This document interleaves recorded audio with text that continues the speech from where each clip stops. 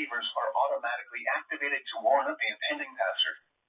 Tests of these receivers are normally conducted by the National Weather Service every Wednesday between 11 a.m. and noon. When there is a threat of or existing severe weather in the area, the test will be postponed until the following day. This ends the test of the National Weather Service weather radio warning alarm.